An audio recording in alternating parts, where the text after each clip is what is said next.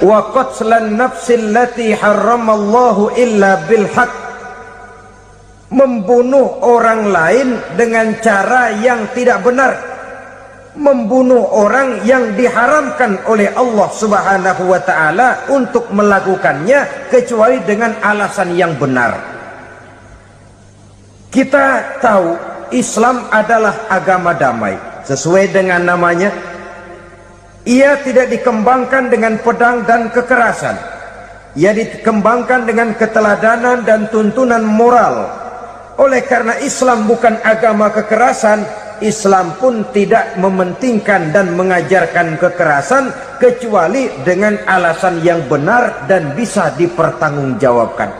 Membunuh dengan sengaja, menghilangkan nyawa orang lain tanpa alasan yang bisa dibenarkan adalah merupakan dosa besar dan satu di antara 7 perkara yang bisa mendatangkan kerusakan dalam kehidupan dan yang hendaknya harus kita jauhi. Saudara-saudara kaum muslimin rahimakumullah, beberapa waktu yang lalu di sebuah kota kecil yang indah bernama New Auckland. Saudara tahu New Auckland? Tuh dari Gunung Kidul masih ngidul lagi. Pernah diadakan satu seminar yang membicarakan bagaimana menyelamatkan masyarakat manusia dari bahaya Perang Dunia Ketiga. Diperkirakan kalau terjadi Perang Dunia Ketiga, manusia tidak akan tersisa. Sebab apa? Pada waktu itu cadangan nuklir yang dimiliki oleh bersama Amerika dan Rusia konon sudah sanggup memusnahkan 6 miliar manusia pada saat jumlah manusia baru 5 miliar.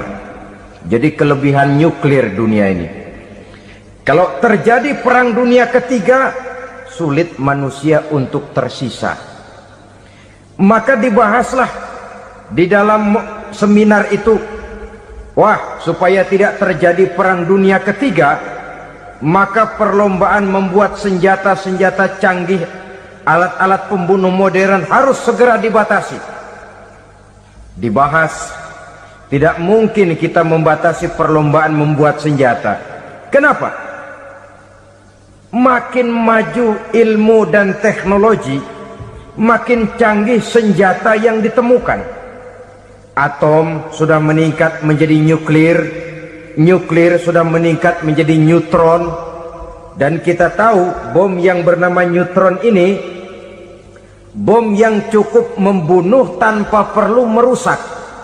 Artinya kalau dia diledakkan di kota kita ini, bangunan utuh, jembatan tidak ambruk, rumah-rumah tetap berdiri, tapi semua yang bernama hidup mati.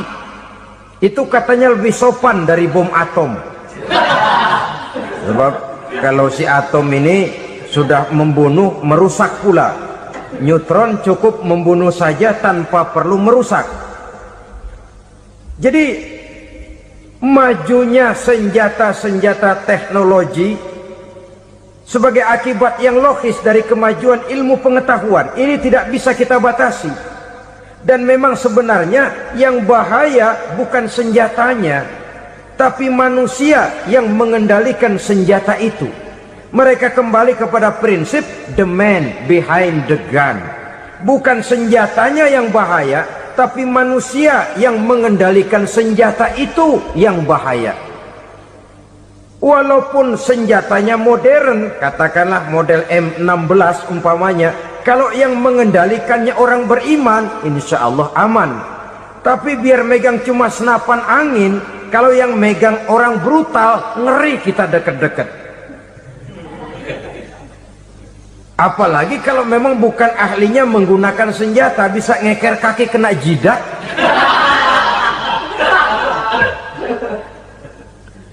Mereka kembali kepada prinsip lama yang tetap baru, bukan senjatanya yang harus dibatasi, manusia yang mengendalikan senjata itu yang perlu dibicarakan. Nah, kalau begitu, agar manusia tidak mempergunakan senjata sewenang-wenang, apa yang harus kita lakukan?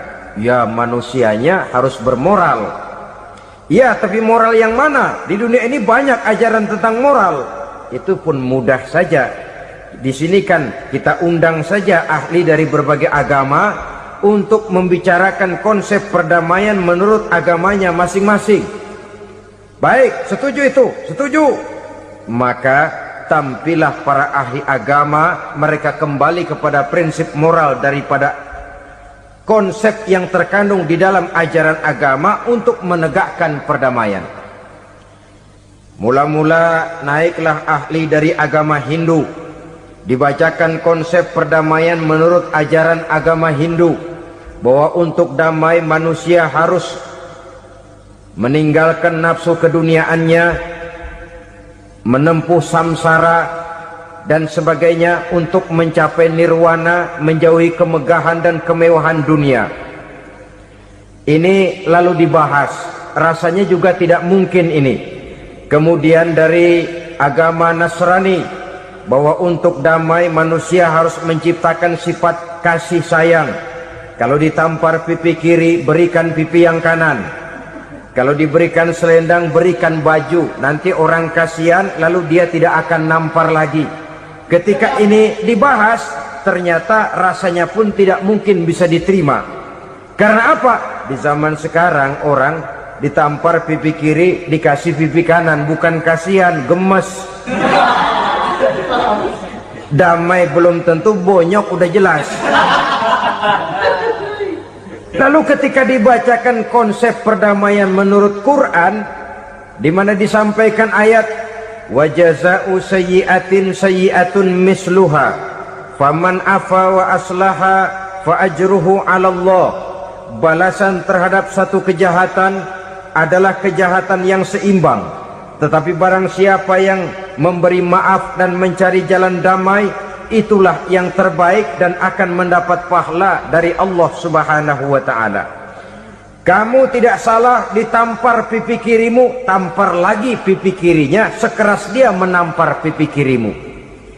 Nanti orang tidak mau menampar kita karena dia tahu kalau dia tampar kita, dia akan menderita tamparan sekeras dia menampar kita. Akan terjadilah prinsip saling hormat menghormati, tidak saling ganggu, tidak saling usil, tidak saling jahil. Atas dasar ini perdamaian bisa ditegakkan. Mereka bisa menerima konsep ini, tapi kemudian seminar ditutup tanpa satu keputusan resmi. Kenapa? Terus terang mereka kagum dengan konsep Islam, tapi sentimen lama terhadap nilai-nilai Islam telah menutup mata mereka untuk menerima kebenaran dari ajaran Al-Quranul Karim. Saudara-saudara kaum muslimin rahimakumullah, kembali kita kepada persoalan pokok. Roh adalah dari Allah. Dia akan kembali kepada Allah, milik mutlak dari Allah. Tidak pantas kita merampasnya dari orang lain. Tidak wajar kita menghilangkannya tanpa alasan yang dibenarkan oleh agama. Di zaman sekarang, akibat persaingan hidup yang makin tajam, lapangan kerja yang makin sulit, tensi ekonomi yang makin tinggi, atau karena nilai moral yang makin rendah, atau juga karena rapuhnya pegangan orang kepada agama, nyawa rasanya sudah sedemikian murahnya. Berbagai kasus membuat berdiri bulu roma kita. Ada mayit, ada manusia dipotong 6, dicincang macam kambing. Ada yang dipotong 5, ada yang dipotong 13, dikardusin, dibuang ke tempat sampah. Inna lillahi wa inna ilaihi raji'un. Gejala apa ini? Kanibalisme. Manusia sudah demikian sadisnya, manusia sudah sedemikian buasnya, sehingga sesama manusia diperlakukan seperti hewan. Padahal hewan sendiri belum pernah macan makan macan, bagaimanapun buasnya macan. Belum pernah serigala memakan serigala, bagaimanapun brutalnya serigala. Tetapi manusia makan manusia di zaman sekarang kadang jadi kenyataan dalam kehidupan kita. Kadang persoalannya remeh saja. Soal uang 200 perak, pisau bicara, nyawa melayang. Soal rokok sebatang, celurit bicara, nyawa melayang. Soal-soal yang sama sekali tidak prinsip, begitu mudah kita menghilangkan nyawa orang lain. Padahal Nabi pernah memperingatkan, apabila dua orang muslim sudah berkelahi dan berbunuh-bunuhan, al-qatil wal maqtul finnar, yang membunuh dan yang terbunuh dua-duanya neraka. Sahabat heran, ya Rasul, kalau yang membunuh masuk neraka itu sih wajar, tapi yang terbunuh kenapa neraka juga? Beliau menjawab, dua-duanya sudah punya niat untuk saling membunuh. Niatnya itu yang diponten. Yang terbunuh cuman lagi apes aja, keduluan dia. Umpama tidak terbunuh, pasti dia yang akan membunuh. Oleh karenanya al-qatil wal maktul, yang membunuh dan yang dibunuh finnar, dua-duanya masuk ke dalam neraka. Islam menghormati kehidupan, tidak hanya terbatas kepada sesama muslim, orang-orang yang berlainan agama pun yang mau hidup berukun, damai, berdampingan dengan umat Islam, jiwa mereka, darah mereka dilindungi oleh nilai-nilai Islam yang disebut dengan kafir zimmi ini. Mengganggu mereka sama saja dengan mengganggu aku, kata Nabi. Jadi oleh karena itu, sayangilah sesama. Kehidupan adalah anugerah Allah, bukan wewenang kita untuk mencabutnya dari orang lain, bukan wewenang kita untuk merampas dan menghilangkannya dari orang lain. Apa yang tidak enak terjadi pada diri kita, begitu pula lah apabila terjadi pada diri orang lain. Sehingga Nabi mengatakan, la yu'minu ahadukum hatta yuhibba li akhihi ma yuhibbu li nafsihi. Belum dikatakan beriman seseorang kamu apabila dia belum mencintai saudaranya seperti ia mencintai dirinya sendiri. Apa yang enak dirasakan oleh orang lain, enak juga dirasakan oleh dia. Mengukur orang lain dengan diri sendiri. Kalau orang lain tanpa salah saya fitnah, kalau saya tanpa salah difitnah orang, enak apa enggak? Enggak, orang lain juga begitu. Kalau orang lain tanpa salah saya tempeleng kepalanya, enak apa tidak? Tidak. Orang lain juga begitu. Yang tidak enak terjadi pada diri kita, tentu tidak enak juga kalau terjadi pada orang lain. Mengukur orang lain dengan diri sendiri, sehingga tidak timbul sifat egois, tidak menari di atas bangkai orang lain, tidak mendirikan kebahagiaan di atas untayan air mata orang lain. Sehingga dengan demikian saudara-saudara, dia bisa menghormati kehidupan, menghormati orang lain sebagaimana dia ingin dihormati. Untuk menghancurkan nilai-nilai iman, dibanjiri kita dengan paham-paham yang merusak dan mendangkalkan akidah, baik ia bernama materialisme, baik ia bernama sekularisme, baik ia bernama banjirnya maksiat dan munkarat, baik ia bernama banjirnya peradaban dan kebudayaan yang menghancurkan moral daripada anak-anak kita. Sedikit demi sedikit melenturkan dan melunturkan nilai-nilai keimanan kita, untuk kemudian pada waktunya nilai iman itu akan bertukar dan berganti menjadi nilai syirik kepada Allah Subhanahu wa ta'ala. Atau pada sisi lain, menjadikan yang selain Allah sebagai tujuan akhir daripada kehidupan kita. Sedangkan kita sama-sama maklum bahwa di dalam pandangan agama Islam, dosa yang tidak berampun, dosa yang terbesar, termasuk dalam kategori bapak moyangnya dosa, tidak lain adalah syirik, yakni menyekutukan Allah Subhanahu wa ta'ala. Pola penghancuran iman ini memang berstrategi. Ditawarkan kita kepada paham materialisme, paham kebendaan, di mana otak menempati urutan sebagai ranking pertama, Tuhan jatuh pada urutan kedua. Lalu menyusul kepada paham sekularisme, Allah dipisahkan dari seluruh kegiatan hidup ini, untuk pada gilirannya menjadikan yang selain Allah sebagai tujuan akhir daripada seluruh kegiatan hidup kita.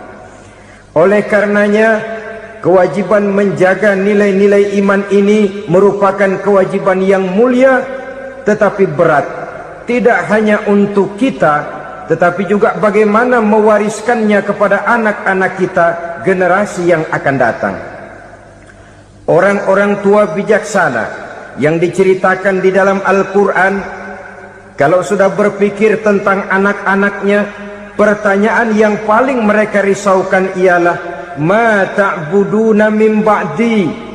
Anakku, kalau pada satu saat aku, ayahmu sudah tidak ada lagi di dunia ini, meninggalkan kamu semua, ma ta'buduna min ba'di, apa yang akan kamu sembah nak? Jikalau sekarang ayahmu masih mau ke masjid, masih mau melakukan rukuk dan sujud, masih beribadah menyembah Allah Subhanahu wa ta'ala, kalau orang tuamu sudah tidak ada, ma ta'buduna min ba'di, masihkah engkau mau datang ke masjid? Masihkah engkau mau rukuk dan sujud? Masihkah engkau mau menyembah Allah Subhanahu wa ta'ala? Pertanyaan ini yang dipikirkan oleh Nabi Yakub kepada putra-putranya. Pertanyaan ini yang diteruskan oleh Nabi Ibrahim kepada anak-anaknya. Pertanyaan ini yang diwariskan oleh generasi ulama salafus saleh kepada para generasi berikutnya. Bagaimana kita generasi sekarang? Kita orang-orang tua sekarang bukan berfikir ma ta'buduna min ba'di, malah yang kita fikirkan ma ta'kuluna min ba'di. Kalau bapak tidak ada nanti kamu makan apa nak? Perkara kamu nyembah apa, urusan nomor 18. Yang penting kamu nanti hidup bisa makan nak. Maka kita sibuk mewariskan harta kepada anak-anak kita. Kita sibuk mewariskan kebun dan tanah kepada anak-anak kita.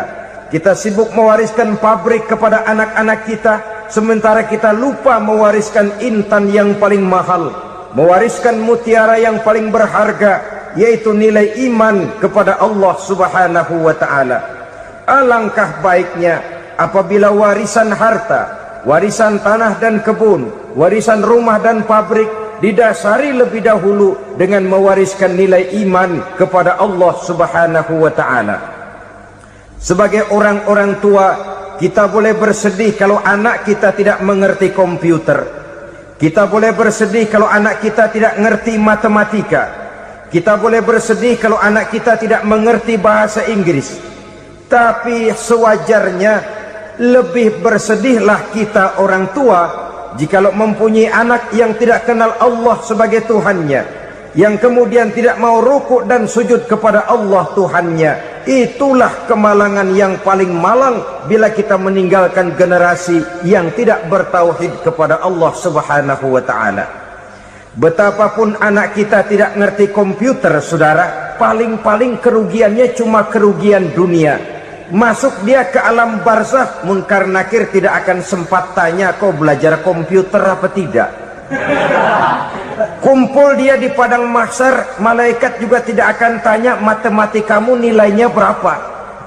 Yang ditanya, kau kenal Allah, kau rukuk dan sujud kepadanya, kau pernah datang ke masjid.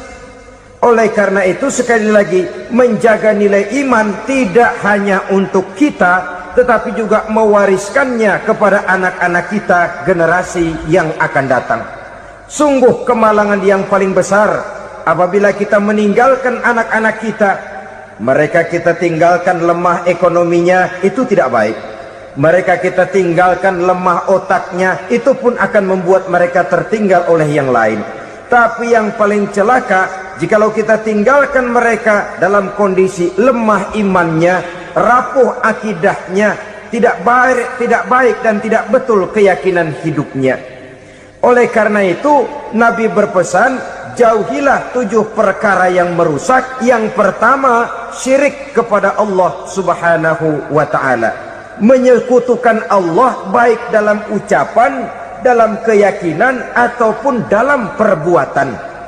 Ini perkara pertama yang termasuk 7 perusak besar di dalam kehidupan. Kalau sudah jatuh kita ke lembah syirik, bagaimanapun banyak kebaikan yang kita kerjakan, berjiwa sosial, bertangan pemurah, gemar menolong orang lain, kalau memang dasarnya syirik, maka seluruh kebaikan kita akan hancur, tidak akan ada nilainya dalam pandangan Allah Subhanahu wa taala. Dalam pandangan manusia mungkin kita dicatat sebagai orang sosial, gemar menolong orang lain, tidak berpangku tangan melihat orang yang mendapat kesulitan, tapi oleh karena dasarnya syirik, dasarnya tidak mentauhidkan Allah, maka seluruh nilai kebaikan yang kita kerjakan tidak akan ada nilainya dalam pandangan Allah Subhanahu wa taala. Maka jagalah iman kita jangan sampai dihinggapi penyakit syirik yang bagaimana kecilnya sekalipun.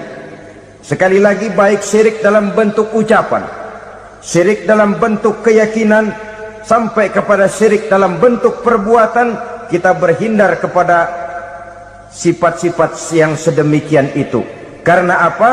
Dalam satu ayat Quran Allah Subhanahu wa taala menjelaskan, innallaha la yaghfiru ayyushraka bih wa yaghfiru ma duna dzalika liman yasha.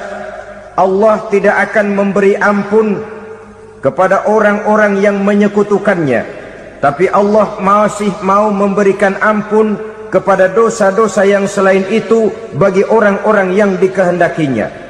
Dosa selain syirik, apabila kita bertaubat, Allah masih mau mengampuni.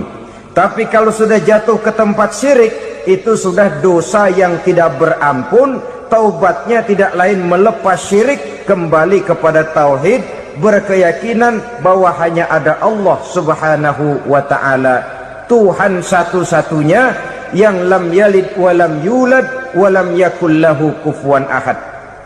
Tidak beranak, tidak pula diperanakkan, dan tidak satupun yang dapat menyerupai Tuhan Allah Subhanahu wa ta'ala. Saudara-saudara kaum muslimin rahimakumullah, bahwa kita di zaman sekarang memang tidak menyembah berhala, ya. Bahwa kita tidak berterang-terangan mengatakan Tuhan lebih dari satu, memang. Bahwa kita tidak berkeyakinan Tuhan itu punya anak atau diperanakkan, tentu. Tapi dalam perbuatan dan i'tiqad kita kadang-kadang jatuh tanpa kita sadari ke tempat yang bernama syirik ini. Oleh karenanya, di zaman di mana teknologi makin canggih, di mana kemajuan pembangunan makin menjangkau berbagai aspek kehidupan, diperlukan keseimbangan antara kemajuan fisik material dengan kemajuan mental spiritual. Apabila tidak ada keseimbangan yang terwujud, tentulah kepincangan yang diawali dengan pincangnya cara kita berpikir, sehingga pada akhirnya akan mengarah kepada pincangnya cara kita berbuat dan bertindak di dalam kehidupan kita. Oleh karena itu Nabi berpesan, jauhilah sifat syirik, karena syirik merupakan dosa yang teramat besar. Ini sifat merusak yang pertama. Yang kedua, kata Nabi, wasihra, jauhilah sihir. Sihir ini juga termasuk perkara yang merusak kehidupan. Kita semua sama-sama maklum bahwa sihir sebenarnya bukan persoalan baru. Sejak sebelum datang Islam, sihir itu sudah ada. Di zaman Yunani kuno sihir ada, di zaman Mesir kuno, di zaman Cina kuno, dan yang lain-lain yang serba kuno, sihir itu sudah ada. Bahkan para nabi pun, para rasul yang diutus oleh Allah Subhanahu wa ta'ala, senantiasa berhadapan dengan ahli-ahli sihir untuk menguji kebenaran dari misi yang mereka bawa. Sihir adalah perbuatan di luar kebiasaan yang bisa dikerjakan oleh ahlinya dengan bantuan jin atau setan. Hukum mempelajari sihir adalah haram, mengamalkannya lebih haram lagi. Sebab itu saudara-saudara, sihir merupakan perbuatan merusak yang harus kita jauhi. Ciri-ciri daripada perbuatan sihir, pertama, ia mengandung tipuan, bayangan khayal. Di zaman Nabi Musa misalnya, orang melihat tambang-tambang itu seperti ular, Nabi Musa melayangkan tongkatnya menjadi ular-ular besar yang memakan ular-ular kecil ciptaan tukang-tukang sihir Fir'aun tadi. Lalu sihir bisa terjadi dengan bantuan jin kafir atau setan.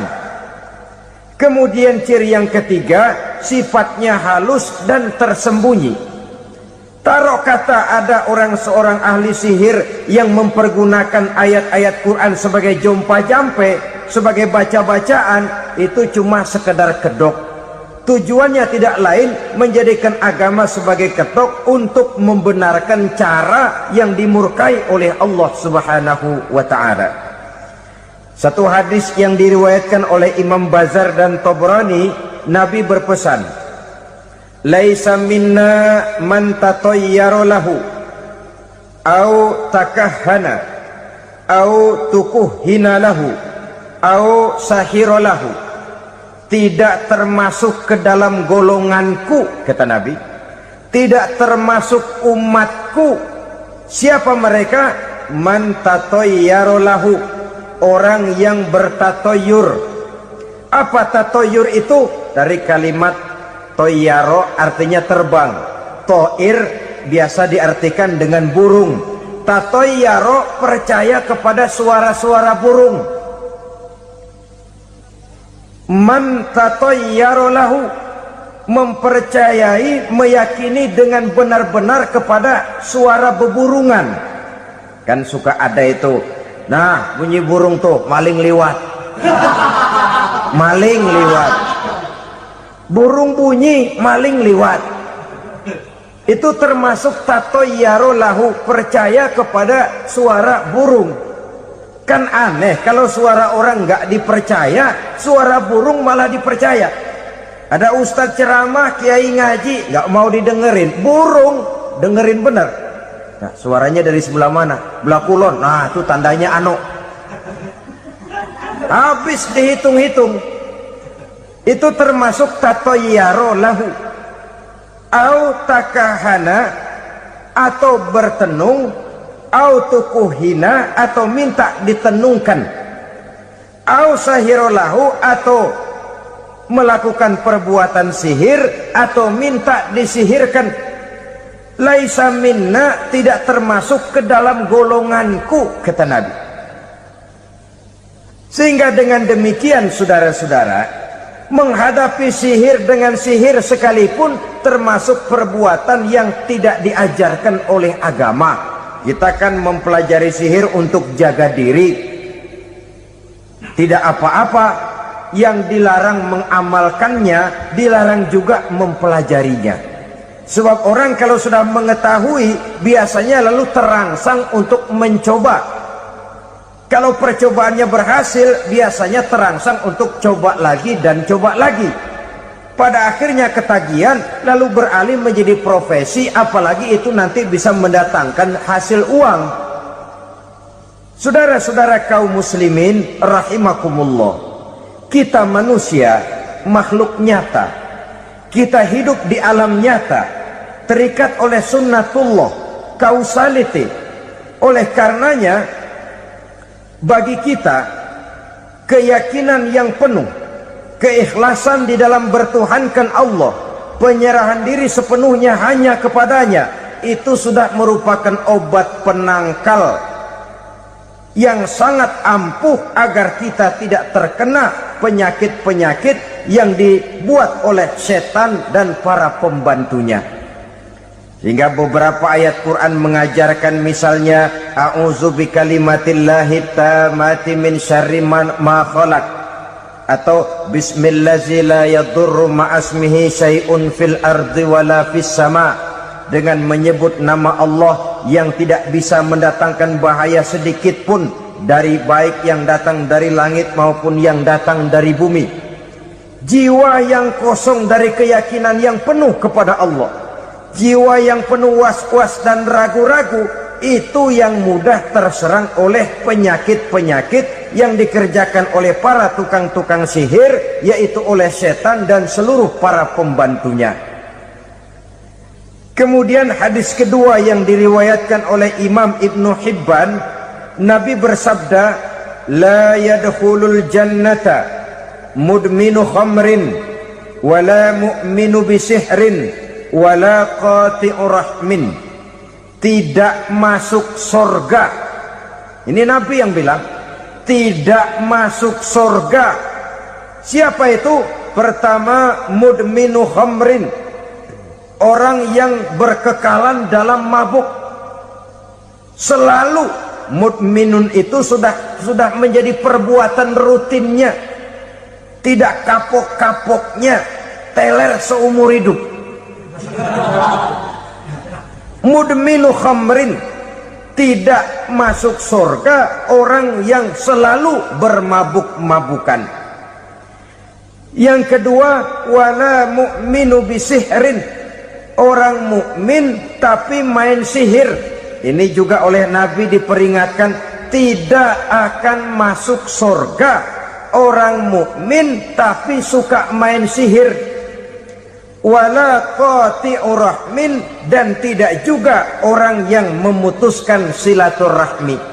3 macam manusia yang diperingatkan Nabi tidak akan masuk surga: orang yang selalu mabuk, orang mukmin yang main sihir, dan orang yang memutuskan silaturahmi. Saudara-saudara kaum muslimin rahimakumullah. Lalu orang berkata, kenapa dilarang kita bersihir? Padahal Rasul sendiri kan punya mukjizat. Nah, kita memang harus membedakan antara mukjizat dengan sihir. Dalam kehidupan agama kita kenal ada yang namanya mukjizat, ada yang namanya karomah atau keramat biasa diucapkan, ada yang namanya maunah, ada yang namanya irhas, ada juga yang namanya sihir. Kesemuanya ini berbeda, saudara-saudara. Yang dinamakan mukjizat itu khusus untuk para rasul saja. Satu kejadian luar biasa yang terjadi dilakukan oleh rasul atas izin dari Allah Subhanahu wa ta'ala. Perbedaannya dengan sihir jelas. Sihir dari setan, mukjizat dari Allah. Sihir bisa dipelajari, mukjizat tidak. Sihir umumnya untuk maksud-maksud yang tidak baik, sedangkan mukjizat untuk memperkuat kebenaran yang disampaikan oleh para rasul dan ditentang oleh umatnya. Bahkan kafir Quraisy dahulu menganggap orang-orang ahli sihir itu berada dalam satu posisi yang hina, sehingga mereka mengatakan dan menuduh Nabi Muhammad sebagai tukang sihir. Tuduhan sebagai tukang sihir adalah tuduhan yang sangat aib dan hina. Di tengah masyarakat kufar jahiliyah, kedudukan tukang sihir dipandang sebagai kedudukan yang hina, sehingga mereka mengejek Nabi dengan sebutan tukang sihir. Jadi mukjizat hanya untuk Rasul saja. Kemudian karomah. Karomah ini asal kata dari karomah, kehormatan, kemuliaan yang diberikan Allah kepada hamba-hambanya yang rajin mendekatkan diri kepadanya. Oleh karena ketekunannya melaksanakan ibadah, Allah memberikan keistimewaan kepada orang itu, yang dengan keistimewaannya dia bisa mengerjakan yang tidak bisa dikerjakan oleh orang lain. Karomah hanya bisa dicapai dengan prestasi ibadah. Kalau sihir, mau ibadah apa enggak, asal dia belajar, bersatu dan berteman dengan setan, memenuhi persyaratan-persyaratan setan, biasanya lalu bisa.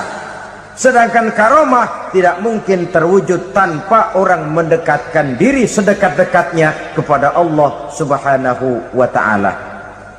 Maka kita lihat biasanya orang-orang yang punya ilmu sihir, mukanya rata-rata nggak enak dilihat. Kumuh, jauh dari air wudhu, jauh dari sujud kepada Allah, malah berteman dengan setan, menjadi pelayan-pelayannya setan. Saudara-saudara, adapun maunah keistimewaan yang diberikan Allah kepada hamba-hambanya yang belum sampai kepada tingkat wali, tapi orang itu lebih banyak kebaikannya daripada kesalahannya. Umpamanya saudara jalan bertiga di pinggir jalan, saudara ada pada posisi di tengah, lalu bertiga ini ketabrak mobil. Menurut perhitungan saudara mati lebih dahulu, tapi terjadi hal yang aneh, dua teman saudara mati, saudara malah cuma luka dan lecet sedikit saja. Apa itu? Kalau kita lebih banyak kebaikannya daripada kesalahannya, itu yang dinamakan ma'unah, pertolongan yang diberikan Allah kepada hamba-hambanya yang lebih banyak kebaikannya daripada kesalahannya. Sedangkan yang dinamakan irhas, kejadian luar biasa pada diri seseorang pada waktu dia masih kecil, yang menunjukkan tanda-tanda keistimewaannya. Itu umumnya pada para nabi pada usia kecilnya sudah ada irhas, tanda-tanda istimewa. Jelas baik mukjizat, karomah, maunah maupun irhas berbeda dengan sihir. Sihir ini jelas saja merupakan bantuan dan persekutuan antara manusia dengan setan. Padahal setan, kata Allah dalam Al-Quran, innahu lakum aduwwum mubin, sesungguhnya setan bagi kamu adalah musuh yang sangat jelas. Saudara-saudara kaum muslimin rahimakumullah, di zaman sekarang dalam menghadapi beban kehidupan yang makin pelik, menghadapi stres yang tidak kunjung selesai, menghadapi persoalan-persoalan yang teramat berat, orang sering mencari jalan keluar kepada hal-hal yang menurut pendapatnya bisa meringankan beban moralnya itu. Pergilah dia mencari sesuatu yang dapat meringankan bebannya. Dan tidak jarang yang jatuh ke pangkuan tukang-tukang tenung, ke pangkuan tukang-tukang sihir, yang mereka itu oleh Quran dijelaskan kadzabal munajjimun walau sodaku. Tukang-tukang tenung, tukang-tukang sihir, mereka itu bohong walaupun benar. Maksudnya bohong walaupun benar, artinya kalau yang mereka kerjakan benar, itu sih kebenaran. Benar dengan kebenaran itu lain. Kebenaran, kebetulan bisa, tapi tidak untuk selalu. Apalagi kalau itu sudah membahayakan kehidupan orang lain. Jadi oleh karena itu Nabi berpesan, jauhilah daripada sihir. Kalau sudah jauhilah dari sihir, artinya ya jauhilah daripada mempelajarinya, jauhilah daripada bergaul dengan orang-orang yang ahli di bidang itu, karena dari pergaulan segalanya bisa menular. Baiklah saudara, ini yang kedua. Yang ketiga pesan Nabi, wa qatlan nafsil lati harramallahu illa bil haq, membunuh orang lain dengan cara yang tidak benar, membunuh orang yang diharamkan oleh Allah Subhanahu wa taala untuk melakukannya kecuali dengan alasan yang benar. Kita tahu Islam adalah agama damai, sesuai dengan namanya. Ia tidak dikembangkan dengan pedang dan kekerasan. Ia dikembangkan dengan keteladanan dan tuntunan moral. Oleh karena Islam bukan agama kekerasan, Islam pun tidak mementingkan dan mengajarkan kekerasan kecuali dengan alasan yang benar dan bisa dipertanggungjawabkan. Membunuh dengan sengaja, menghilangkan nyawa orang lain tanpa alasan yang bisa dibenarkan adalah merupakan dosa besar dan satu di antara 7 perkara yang bisa mendatangkan kerusakan dalam kehidupan dan yang hendaknya harus kita jauhi. Saudara-saudara kaum muslimin rahimakumullah, beberapa waktu yang lalu di sebuah kota kecil yang indah bernama New Auckland. Saudara tahu New Auckland? Itu dari Gunung Kidul masih ngidul lagi. Pernah diadakan satu seminar yang membicarakan bagaimana menyelamatkan masyarakat manusia dari bahaya Perang Dunia Ketiga. Diperkirakan kalau terjadi Perang Dunia Ketiga, manusia tidak akan tersisa. Sebab apa? Pada waktu itu cadangan nuklir yang dimiliki oleh bersama Amerika dan Rusia konon sudah sanggup memusnahkan 6 miliar manusia pada saat jumlah manusia baru 5 miliar. Jadi kelebihan nuklir dunia ini. Kalau terjadi Perang Dunia Ketiga, sulit manusia untuk tersisa.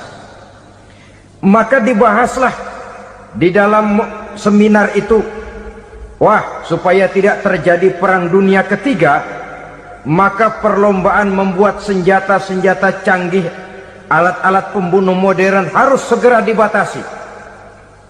Dibahas, tidak mungkin kita membatasi perlombaan membuat senjata.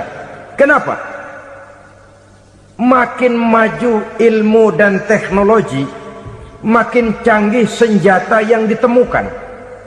Atom sudah meningkat menjadi nuklir, nuklir sudah meningkat menjadi neutron, dan kita tahu bom yang bernama neutron ini bom yang cukup membunuh tanpa perlu merusak.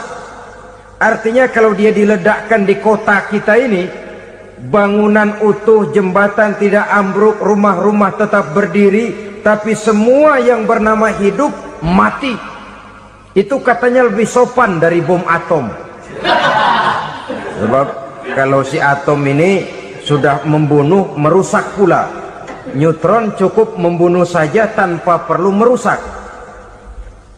Jadi majunya senjata-senjata teknologi sebagai akibat yang logis dari kemajuan ilmu pengetahuan ini tidak bisa kita batasi. Dan memang sebenarnya yang bahaya bukan senjatanya, tapi manusia yang mengendalikan senjata itu. Mereka kembali kepada prinsip the man behind the gun. Bukan senjatanya yang bahaya, tapi manusia yang mengendalikan senjata itu yang bahaya. Walaupun senjatanya modern, katakanlah model M16 umpamanya, kalau yang mengendalikannya orang beriman, insya Allah aman. Tapi biar megang cuma senapan angin, kalau yang megang orang brutal, ngeri kita deket-deket. Apalagi kalau memang bukan ahlinya menggunakan senjata, bisa ngeker kaki kena jidat.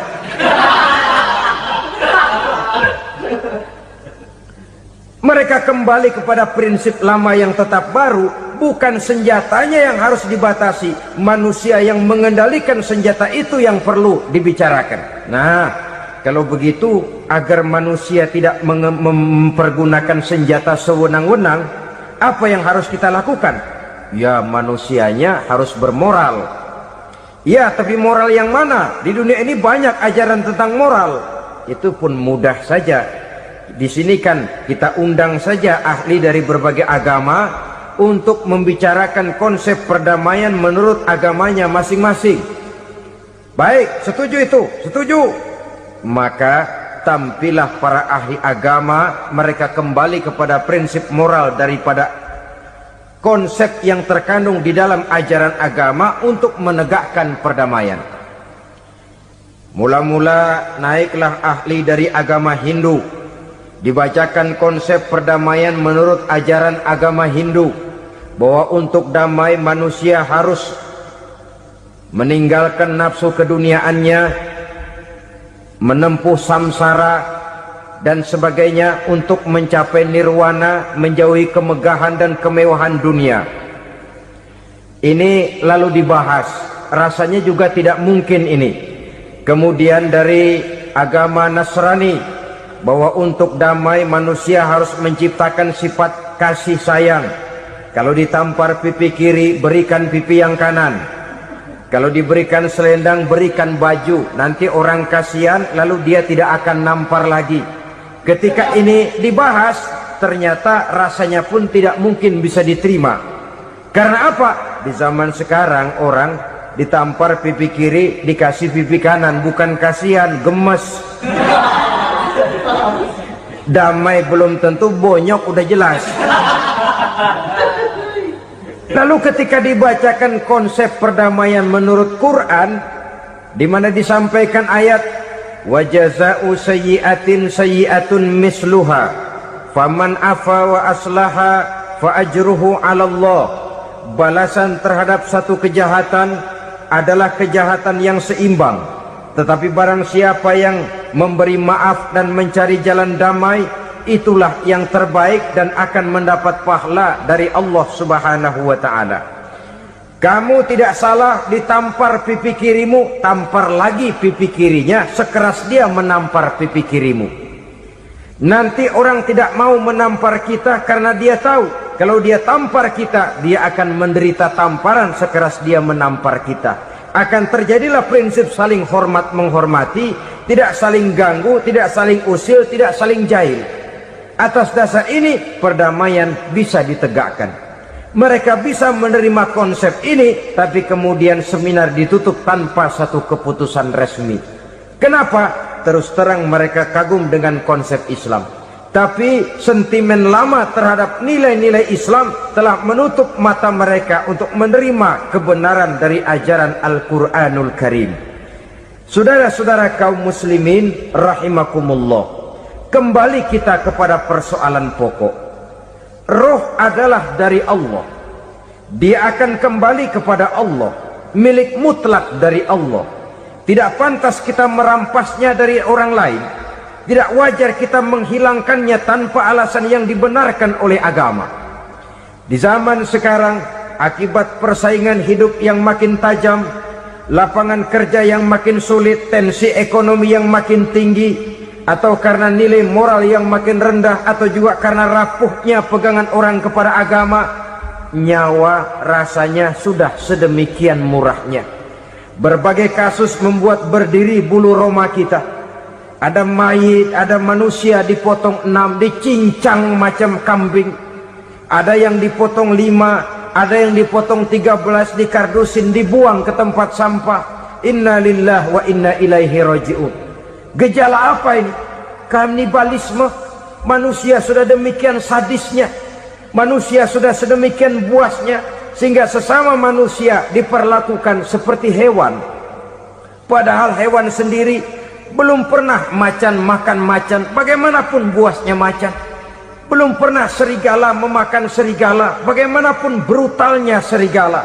Tetapi manusia makan manusia di zaman sekarang kadang jadi kenyataan dalam kehidupan kita. Kadang persoalannya remeh saja. Soal uang 200 perak, pisau bicara, nyawa melayang. Soal rokok sebatang, celurit bicara, nyawa melayang. Soal-soal yang sama sekali tidak prinsip, begitu mudah kita menghilangkan nyawa orang lain. Padahal Nabi pernah memperingatkan, apabila dua orang muslim sudah berkelahi dan berbunuh-bunuhan, al-qatil wal maktul finnar, yang membunuh dan yang terbunuh dua-duanya neraka. Sahabat heran, ya Rasul, kalau yang terbunuh, kalau yang membunuh masuk neraka itu sih wajar, tapi yang terbunuh kenapa neraka juga? Beliau menjawab, dua-duanya sudah punya niat untuk saling membunuh. Niatnya itu yang diponten. Yang terbunuh cuman lagi apes aja, keduluan dia. Umpama tidak terbunuh, pasti dia yang akan membunuh. Oleh karenanya al-qatil wal maktul, yang membunuh dan yang dibunuh finnar, dua-duanya masuk ke dalam neraka. Islam menghormati kehidupan, tidak hanya terbatas kepada sesama muslim. Orang-orang yang berlainan agama pun yang mau hidup berukun, damai, berdampingan dengan umat Islam, jiwa mereka, darah mereka dilindungi oleh nilai-nilai Islam yang disebut dengan kafir zimmi ini. Mengganggu mereka sama saja dengan mengganggu aku, kata Nabi. Jadi oleh karena itu, sayangilah sesama. Kehidupan adalah anugerah Allah, bukan wewenang kita untuk mencabutnya dari orang lain, bukan wewenang kita untuk merampas dan menghilangkannya dari orang lain. apa yang tidak enak terjadi pada diri kita, begitu pula lah apabila terjadi pada diri orang lain. Sehingga Nabi mengatakan, la yu'minu ahadukum hatta yuhibba li akhihi ma yuhibbu li nafsihi. Belum dikatakan beriman seseorang kamu apabila dia belum mencintai saudaranya seperti ia mencintai dirinya sendiri. Apa yang enak dirasakan oleh orang lain, enak juga dirasakan oleh dia. Mengukur orang lain dengan diri sendiri. Kalau orang lain tanpa salah saya fitnah, kalau saya tanpa salah difitnah orang, enak apa enggak? Enggak, orang lain juga begitu. Kalau orang lain tanpa salah saya tempeleng kepalanya, enak apa tidak? Tidak. Masya Allah, sangat luar biasa tausiah yang sudah disampaikan oleh guru kita Al-Mafrullah Kiai Haji Zainuddin MZ. Sahabat beriman yang dimuliakan Allah, tetaplah di channel ini karena kajian ini belum selesai dan masih banyak lagi hal-hal menarik yang akan disampaikan oleh beliau. Tetaplah di channel ini dan mari kita lanjutkan kembali. Selamat mendengarkan. Orang lain juga begitu. Yang tidak enak terjadi pada diri kita, tentu tidak enak juga kalau terjadi pada orang lain. Mengukur orang lain dengan diri sendiri, sehingga tidak timbul sifat egois, tidak menari di atas bangkai orang lain, tidak mendirikan kebahagiaan di atas untayan air mata orang lain. Sehingga dengan demikian saudara-saudara, dia bisa menghormati kehidupan, menghormati orang lain sebagaimana dia ingin dihormati.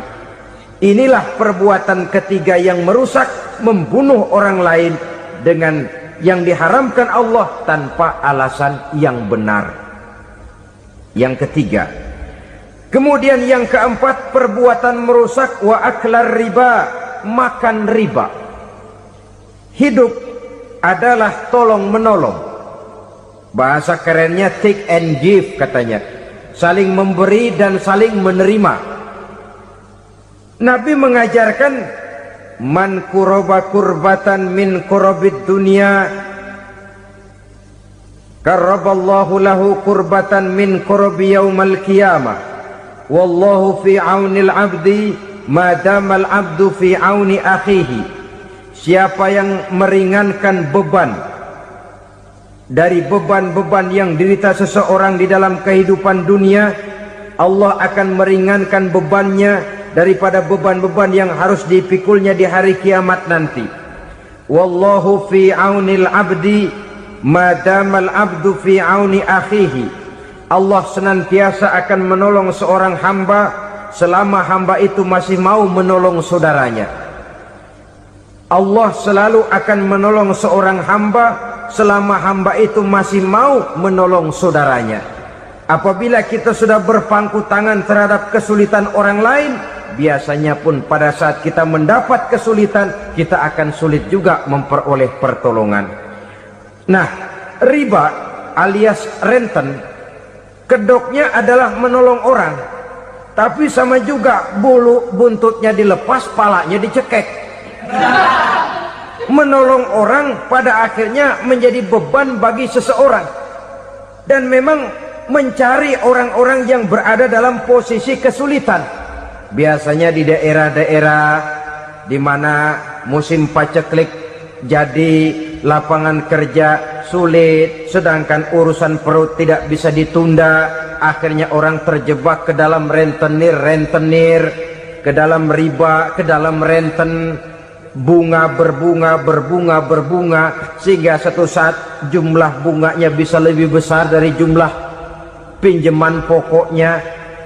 Kemudian kalau juga ternyata tidak bisa dibayar, rumah jadi taruhan. Memang rumah satu-satunya, begitu rumah ditarik mulain camping. Bukankah pada akhirnya akan mewariskan kesengsaraan?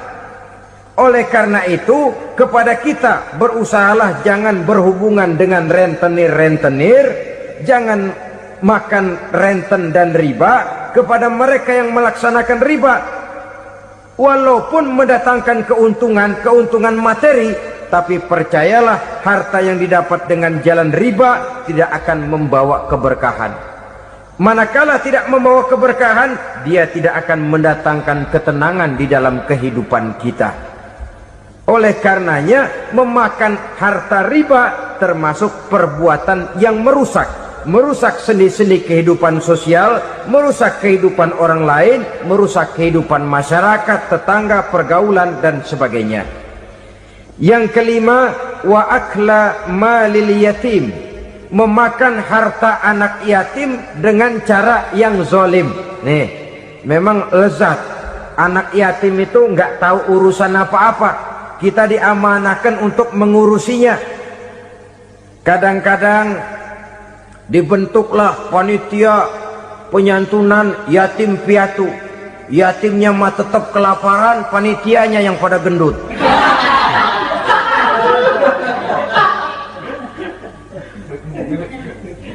Padahal memakan harta anak yatim termasuk perbuatan dosa besar, dan menjantuni yatim merupakan perbuatan mulia. Nabi mengatakan, ana wa kafilul yatim kahataini yaumal qiyamah. Aku dan orang-orang yang menyantuni anak yatim seperti dua jari ini pada hari kiamat nanti. Dekat sekali. Jikalau ingin di hari akhir nanti dekat dengan Rasul, bersahabatlah dengan anak-anak yatim. Jadilah pengurus anak-anak yatim. Bangunlah panti-panti asuhan yatim. Pada saat bapak ibunya meninggal, kitalah yang menjadi orang tuanya.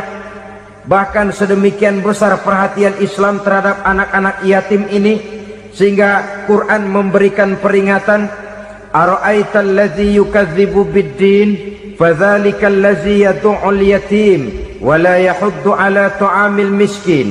Tahukah kamu siapa orang yang mendustakan agama? Beragama tapi dianggap dusta, solatnya dusta, puasanya dusta karena agamanya sudah berdusta. Siapa mereka? Fazalikal ladzi yad'ul yatim, orang yang menyia-nyiakan anak yatim, wala yahuddu ala ta'amil miskin, dan tidak pernah memberi makan kepada orang-orang yang menderita kemiskinan. Menyia-nyiakan, meninggalkan anak yatim termasuk perbuatan yang divonis kita sebagai orang yang mendustakan agama. Saudara-saudara kaum muslimin rahimakumullah, maka sangat dicela mengeksploitir anak-anak yatim, menjadikan mereka sebagai kedok untuk mencari kekayaan pribadi. Tetapi jikalau ikhlas, ganjarannya sangat besar, nilai pahalanya sangat besar. Menyantuni yatim tidak hanya setahun sekali. Kalau Muharram pakai istilah lebaran yatim, dibentuklah panitia, diberilah beras, uang 45.000 rupiah, alhamdulillah.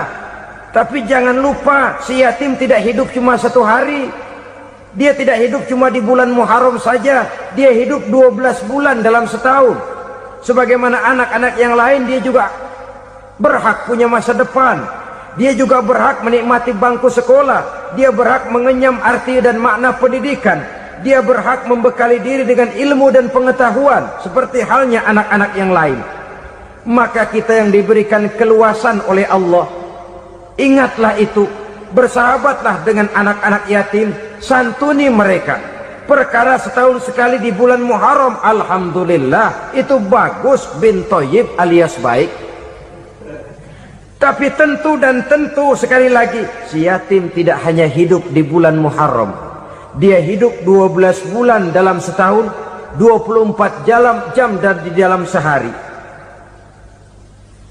Oleh karenanya, menyia-nyiakan mereka pada saat posisi kita memang mampu, akan memojokkan kita dalam satu posisi di mana kita dianggap sebagai orang yang mendustakan agama.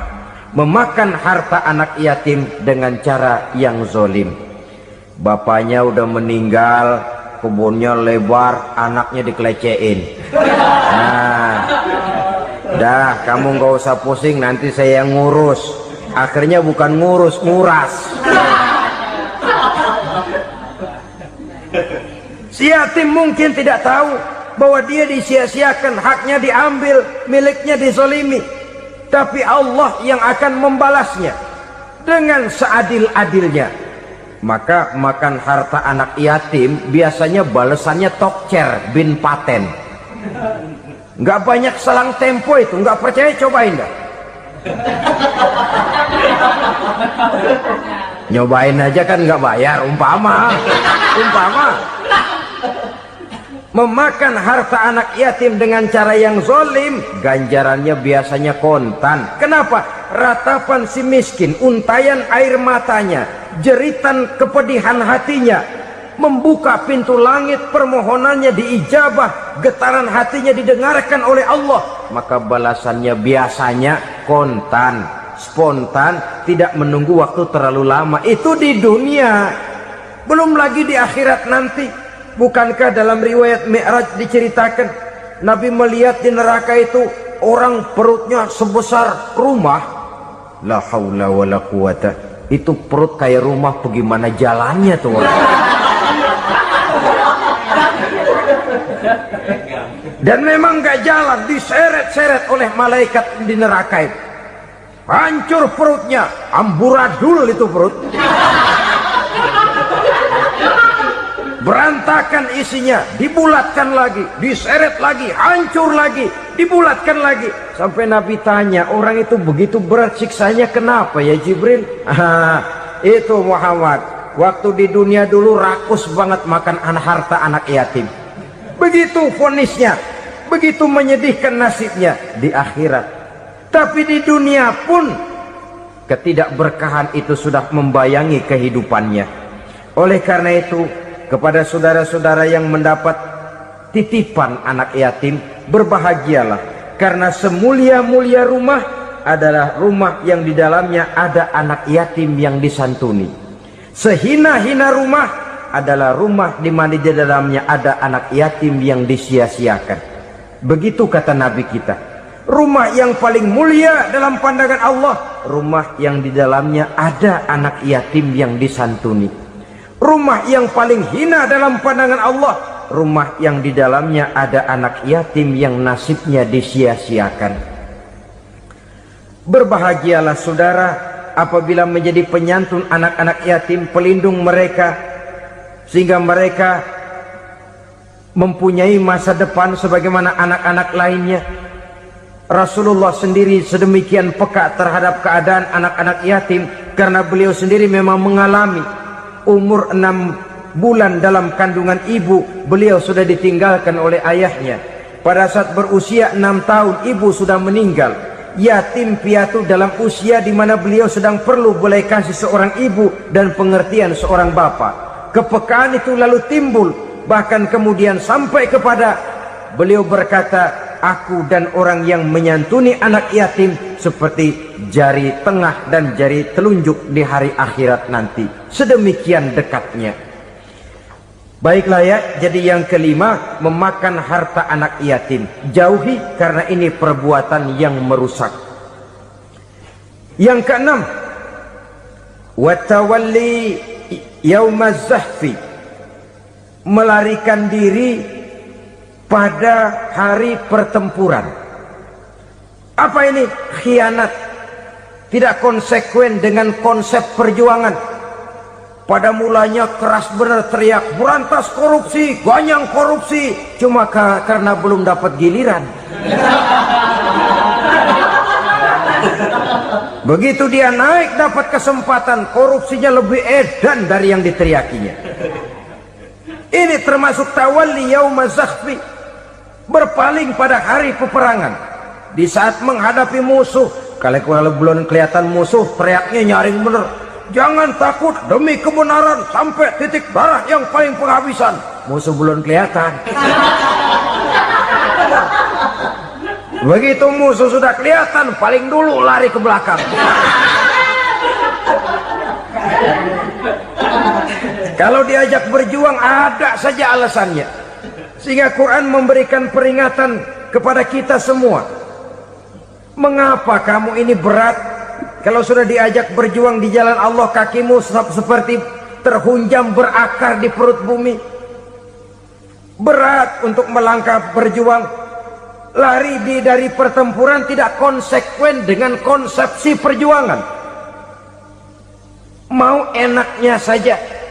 Dalam kondisi yang sulit lalu berpangku tangan. Ini termasuk ciri munafik yang di dalam Al-Quran disindir dengan bahasa kullama adha'a lahum masyaw fi wa iza azlama alaihim qamu. Waktu terang mereka jalan, giliran gelap mereka mandek. Artinya, maksudnya, kalau giliran ada untungnya aja, rame-rame teriak Islam. Tapi begitu diminta berjuang, dituntut berkorban, rame-rame mundur. Waktu dilihat di Islam ada untungnya, rame-rame teriak Islam. Pak, saya Islam banget, Pak. KTP saya Islam, Pak. Pokoknya Islam banget dah. Tapi ketika diminta berjuang, dituntut sedikit berkorban, rame-rame mengundurkan diri. Tahun 65 PKI berontak. Waduh, waktu itu jadi orang Islam untung itu. Nggak dikejar-kejar, aman. Masjid rame, mobil-mobil mewah parkir di depan musola dan masjid. Kenapa? Waktu itu asal udah ke masjid aman. Islam selamat, untung. Tapi begitu keadaan aman, yang parkir di musola sepeda butut melulu.